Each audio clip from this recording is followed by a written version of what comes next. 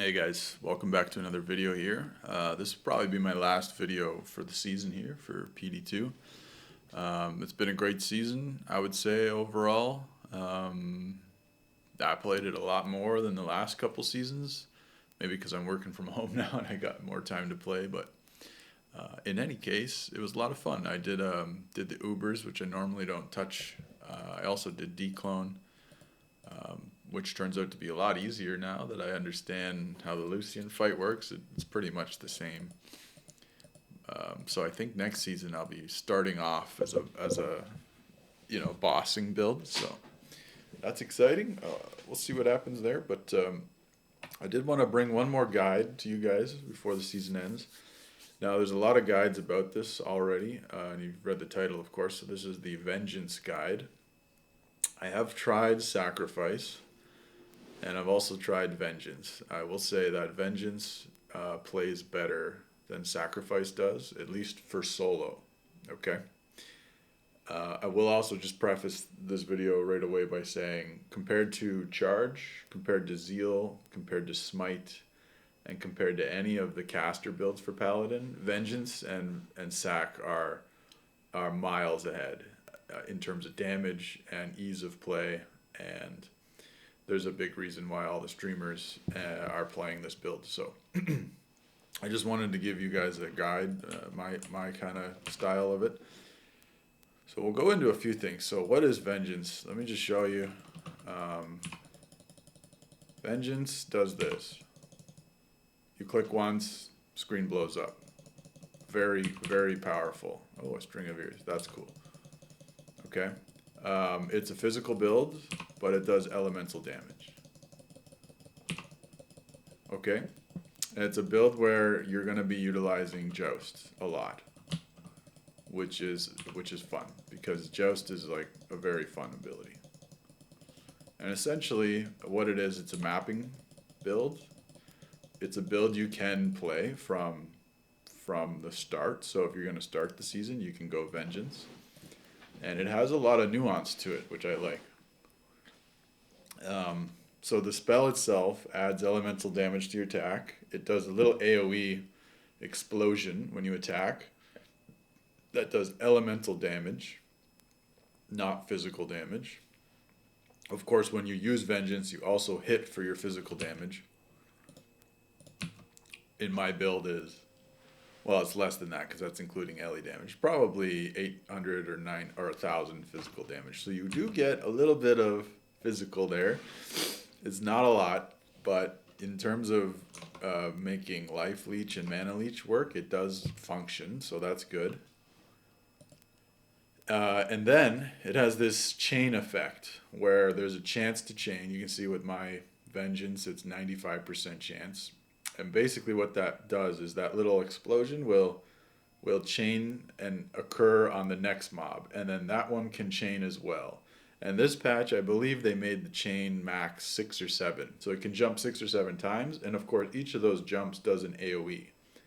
So when you've got dense maps and you hit this, basically it's not like shotgunning, but it's kind of the same thing. You've got like these AoEs occurring up to 6 times and hitting everything.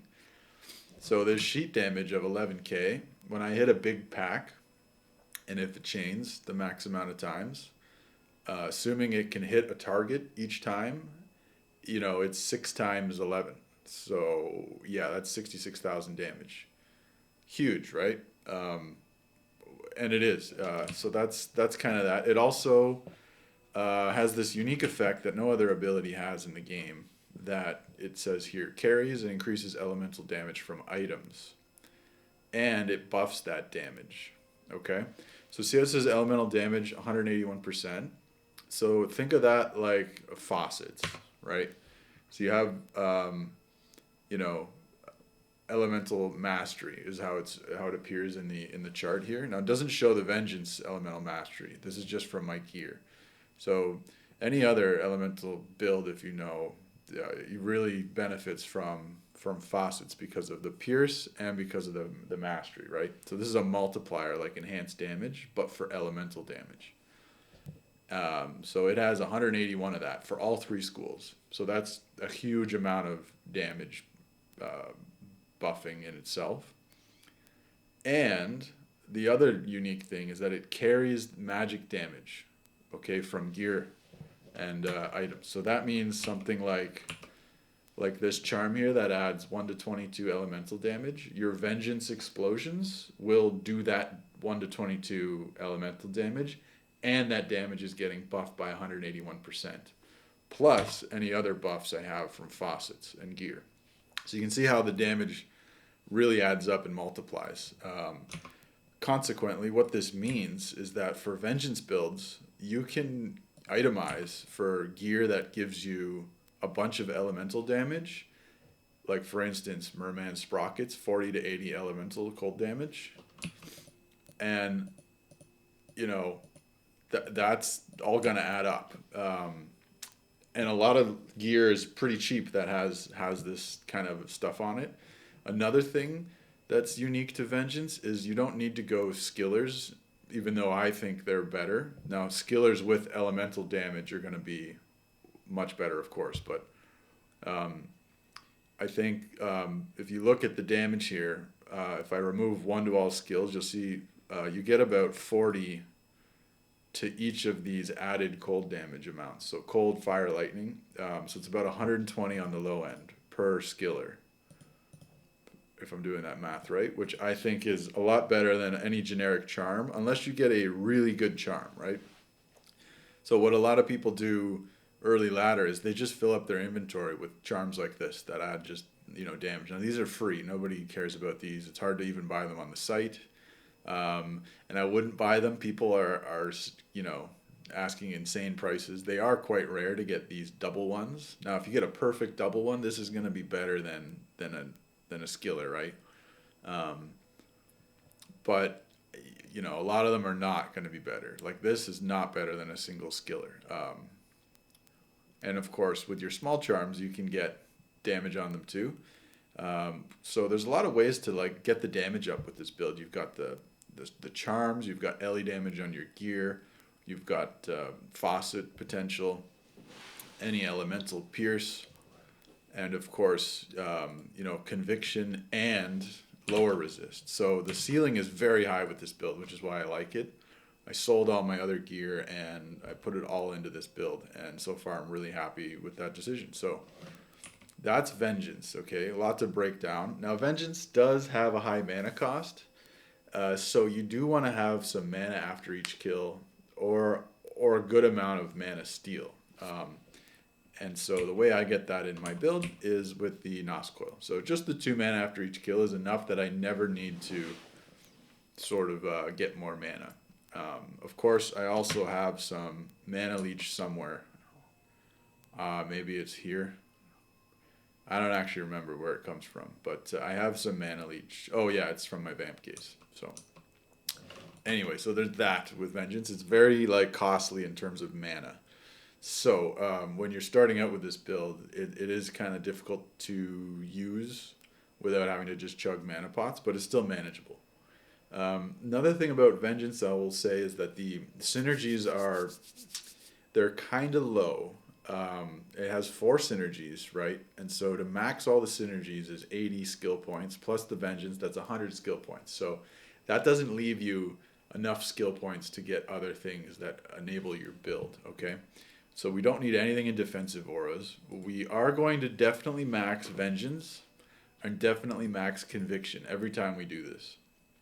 And you're going to be running Conviction. That's your native aura. Okay? And so the reasons for that are obvious. It's a direct synergy, and it's going to increase our damage by a ton because it's breaking immunes, first of all, and then it's also lowering resistance for things that aren't immune to amplify our damage. Okay?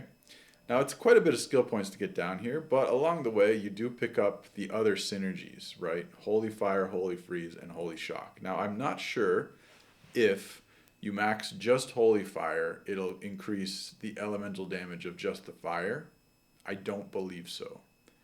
I think it's for all elemental damage, okay? And I believe that's what that 181% is from those synergies. Anyway, the bottom line is you don't max all three of these. Instead, you're going to max Joust, okay? And I'll go over why more when we're doing the actual map, but essentially, it's a slow build. You're walking around, and when mobs run at you, they get spread out. And this build thrives when everything is in a nice tight ball, because the chance to chain, or the chain distance required between mobs, is actually quite low.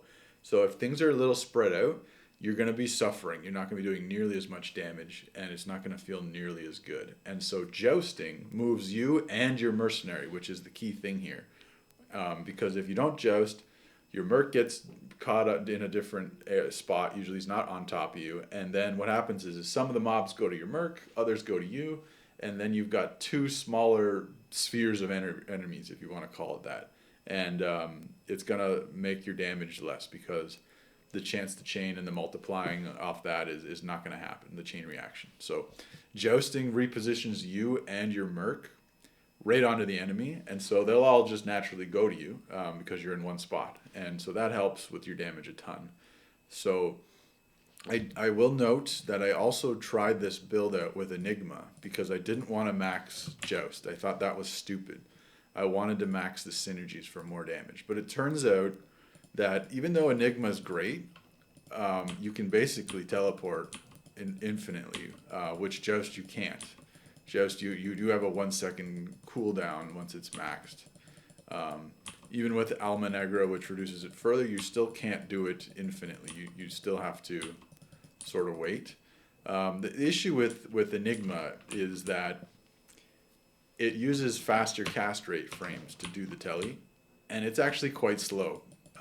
Joust uses your attack speed, and even though we're not maxing our IAS, we at least have 60 of it with this build, which hits the max frames for Vengeance. And so jousting is quicker than using the blink. It's a big investment of points, but it is better. It feels better, it's faster, and it's just worth it. And also it allows you to open up a piece of armor that can have faucets on it. So while Enigma does have good stats, I will say it is not the play. You could do it if you have an Enigma. It's great. I'm not going to sell this, because if I ever want to go, do bossing or anything else, having Enigma is great to have, because I can teleport around, which Joust can't just do on its own. Joust needs to have an enemy to click in order to teleport.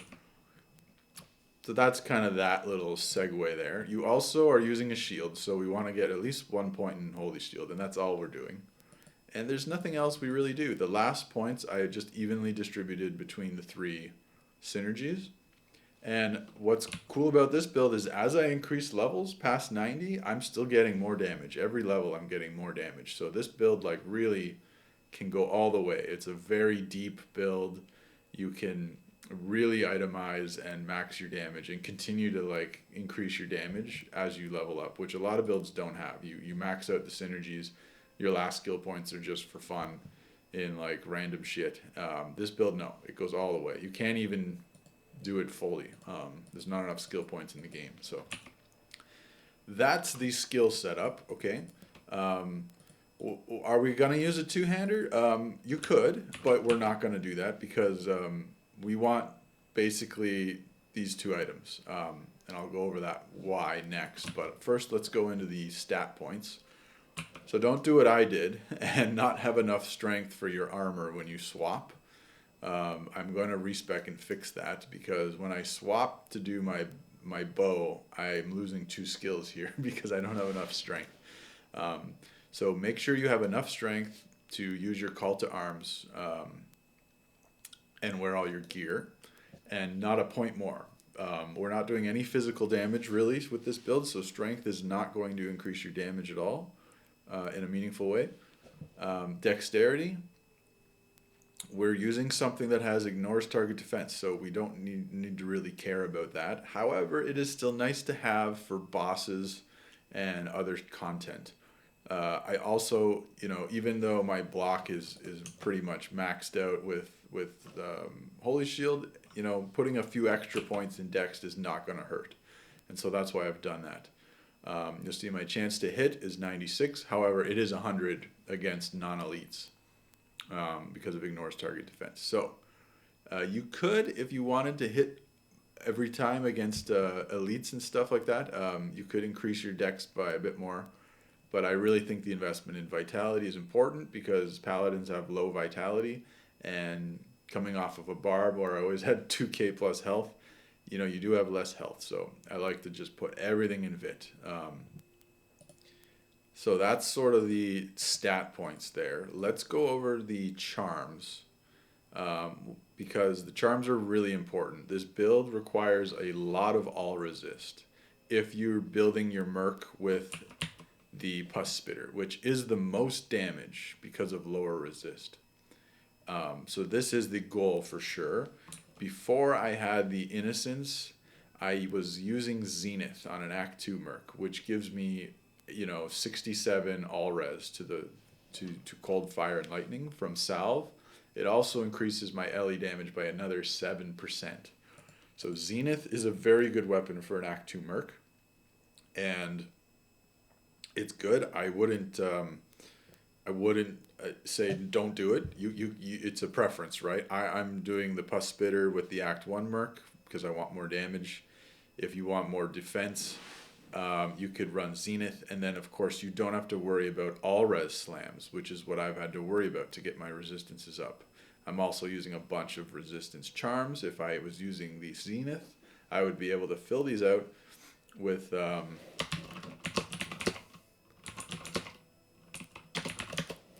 would be able to fill these out with elemental damage, and that would increase my damage further, but that damage increase will not be better than lower resist.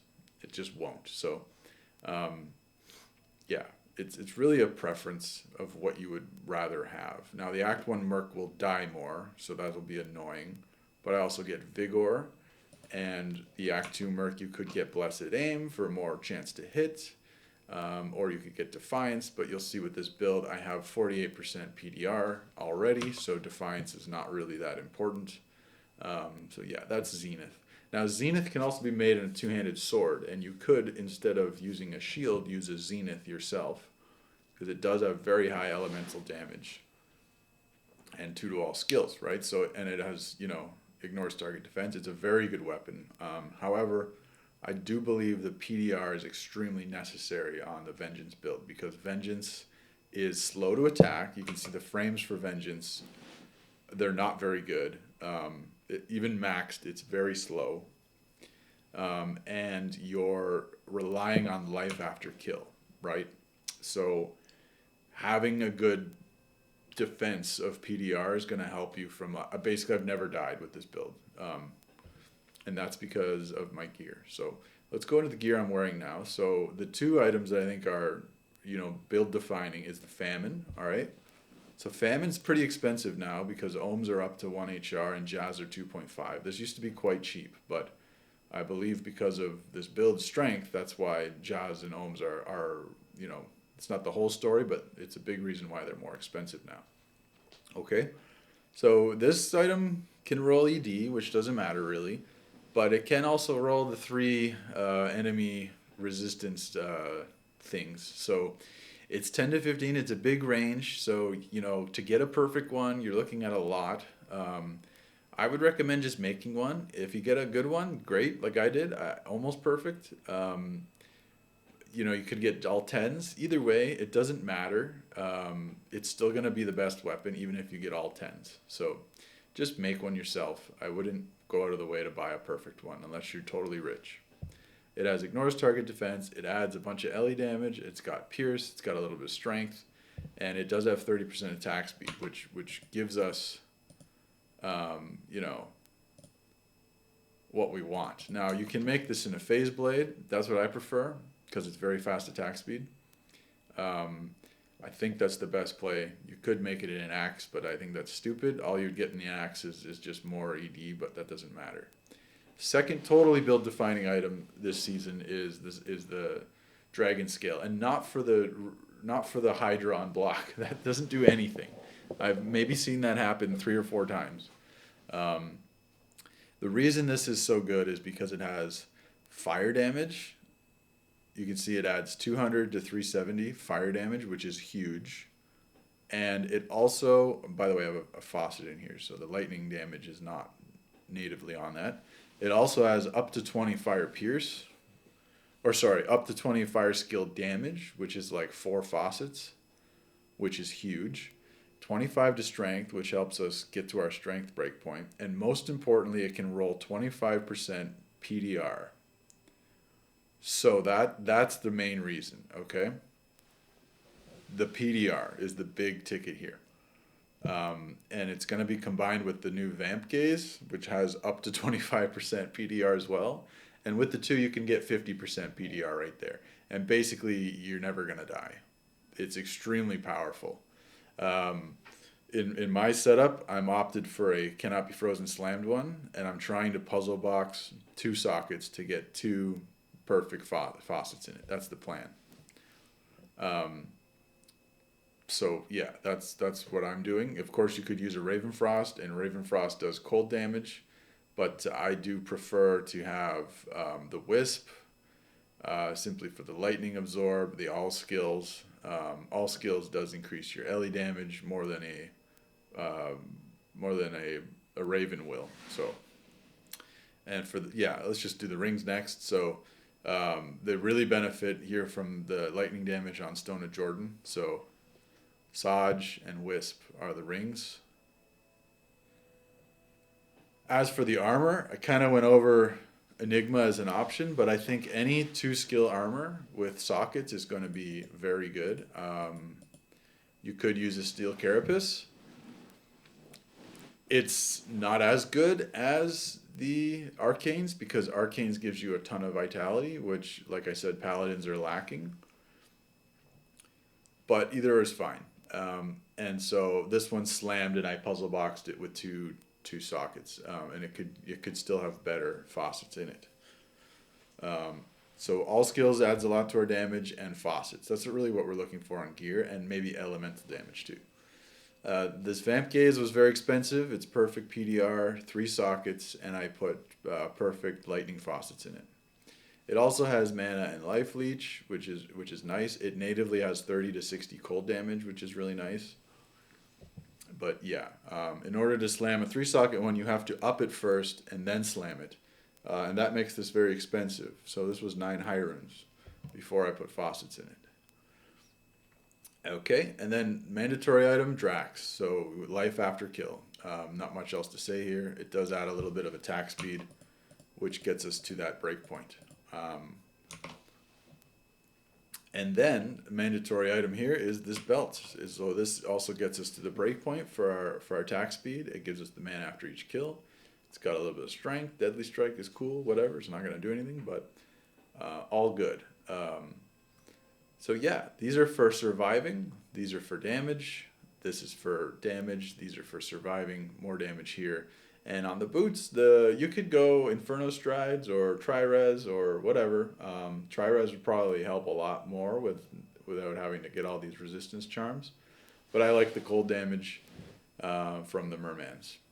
And for the Ami, I'm using a double slammed. The blocking doesn't matter, but it has got really high all res. That's kind of what I'm after here, and the all skills. Now, you could use a High Lords. High Lords does do more damage than a Mara's, but you'll see when I do that, no longer capping on my resistances. So that's why I'm using the Mara's. The High Lords does have IAS, so if you're using that, you could swap out a different belt, but there's nothing really else that's going to do much damage there. Yeah, so that's kind of an optional thing there. And like I said, I'm using resistance charms and Paladin P-combs. All right, and I've got a all-res Annie, which helps a lot, and a full-res Torch, which helps a lot. On the Merc, like I already went over, you would do an Act 2 Merc, but mine is the Act 1 Fire with Vigor Aura, which is going to help me move. I've also got Pus Spitter with some Shales in there. I don't know if you need the Shales. I just put them in there in case. I could also give her some bolts. I don't have any bolts. So her damage is bunk. It's not about her damage. It's about her proccing lower resist for you. I gave her an Andes for the strength. and an Innocence for the Blade Shield, which is going to proc lower resist because we're going to be constantly teleporting around. That'll proc it a lot, and it's a ton of armor, which helps her survive. Lava Gout's very important. The Enchant Fire, when it goes off on the Merc, will apply to your character as well, and that's going to get buffed by the Vengeance damage. So it is a ton of damage when you get Enchant Fire on.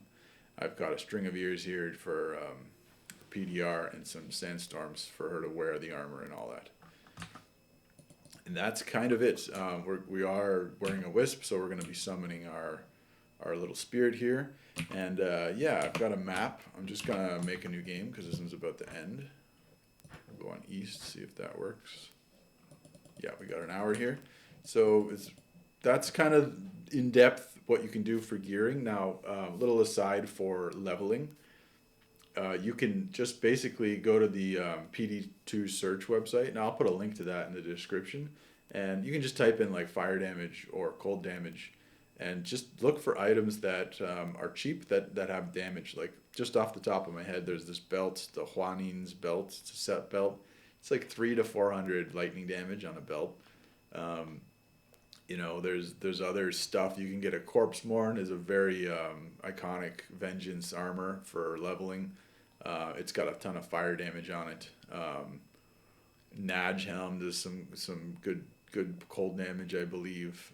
There's a lot of options, okay? And before you get a Famine, there is a Mace. I don't have it, but it looks like this. And it also has like a bunch of damage, like LE damage on it. It doesn't have the Pierce, but it's still pretty good. Yeah, so let's jump into a map. This is a Skovos, so there's no immunes. And the other thing I will note is that when you're mapping with this build, it's very common that you'll get like affixes that are like fire absorb, lightning absorb, cold absorb. You want to avoid those. You can still do it with them, but it's obviously going to affect your damage a bit. So, of course, we come in, we bow, right? And then we Holy Shield. And we're just going to teleport in, and we're not going to walk around. We're always going to just joust in, because you don't want to be moving and attacking, even though you can with the Vigor. It's pretty fast. But you can see sometimes you'll run into stuff that's immune. That's fine too. This is the first time using this Merc for me, so we'll see if she actually survives. I just switched from the Act 2 guy because, yeah, lower resist is obviously really strong.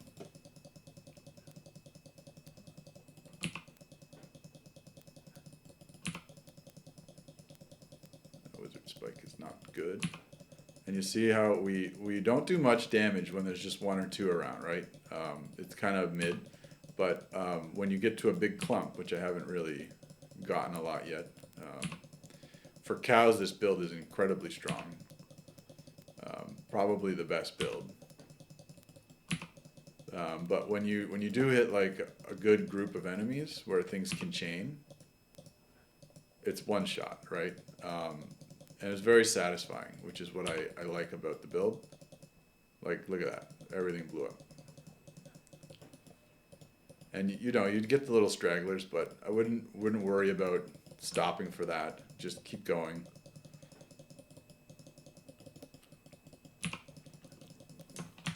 Yeah, I'm noticing I do have to heal my Merc occasionally here, so yeah, there's definitely, yeah, she just died. So might have to look at her gear and change things around a bit, but even without her, you can see the damage is fine. It's not like you need the Merc.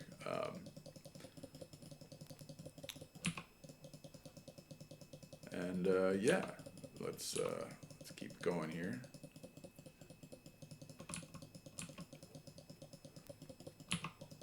Now, of course, this build right now is not fully optimized. I'm not using perfect faucets in my armor or my shield. I'm using shit ones, to be honest. So damage can go up quite a bit still with this build. And it plays great in groups.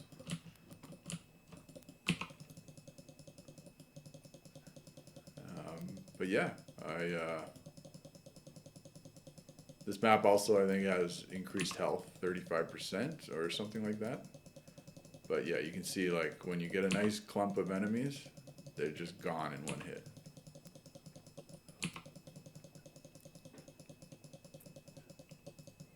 Roll edge, that's not good. And yeah, if anyone's wondering, I do get asked a lot, what filter do you use? I'm using my own filter that I made.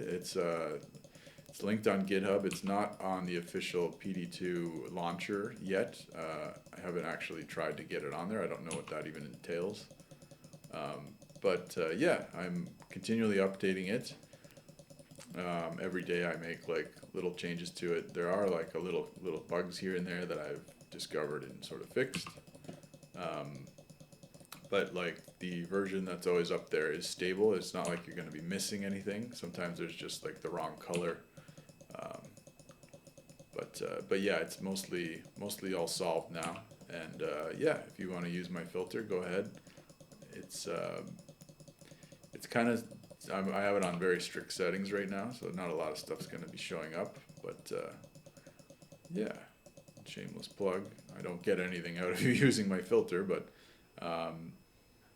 you know, it's cool. So the other thing with Vengeance, as you can see, is bosses do take a little bit to kill. They're not the easiest to kill. All right, so let's put that in there because we're not using that. When you don't have anything to jump to, you know, you can still use charge to move around quickly as a paladin. That hasn't changed.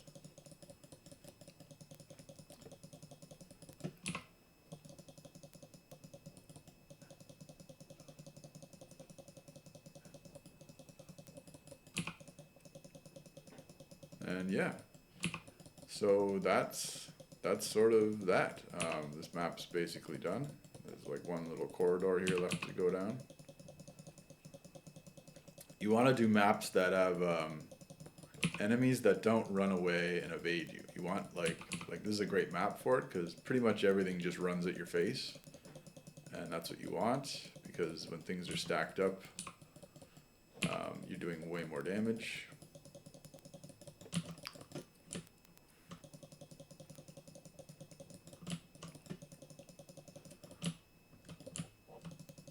Just for completeness sake, I'll finish this map. You can see right now, like I've only got a couple guys around me, and it is kind of slow. And that's why I say just joust and try to just hit big packs. Don't waste your time on little guys. And yeah, that's the map. So 7 minutes with me talking and my merc dying, and yeah. Obviously, Skobos is a smaller map, but yeah, that's the build. In terms of my merc dying, I do need to probably get her better string of ears and probably some life on hit on her arrows. And yeah, maybe like a pus spitter slammed with life on hit or something. She did just kind of go down there, which sucked. Her resistances for cold aren't maxed either. Maybe that's what happened. But yeah, sort that out. But anyways, yeah, that's the build. That's Vengeance. This is probably my last video for the season, guys. So I will be trying out Path of Exile 2. I hated Path of Exile 1, ironically. Thought it was a stupid game. But I'm going to try the second one out and give my honest feedback on it. Friends are playing it, so I'm gonna play it with them. Yeah, that's it, guys. See you in season 11, and hopefully we get some great new changes, just like we got this season. And keep playing Diablo 2. It's a quality game. I wouldn't discourage anyone from playing the season now if you're just seeing this as your first video or getting into PD2. There's still around 3,000-4,000 active players a day. And I will say that at the peak in PD2, there's maybe 10,000 for the first day or so, and it steadily declines as the season goes on. But by no means does that mean you can't play and enjoy the game. Most of the game is spent solo anyways, and there's always people trading up until the last days of the season. There's still tons of people mapping, bossing. I still sell stuff all day. The list of games is still huge. And I'm playing late in the season has got its advantages because there's a lot of gear you can get for very cheap to get going.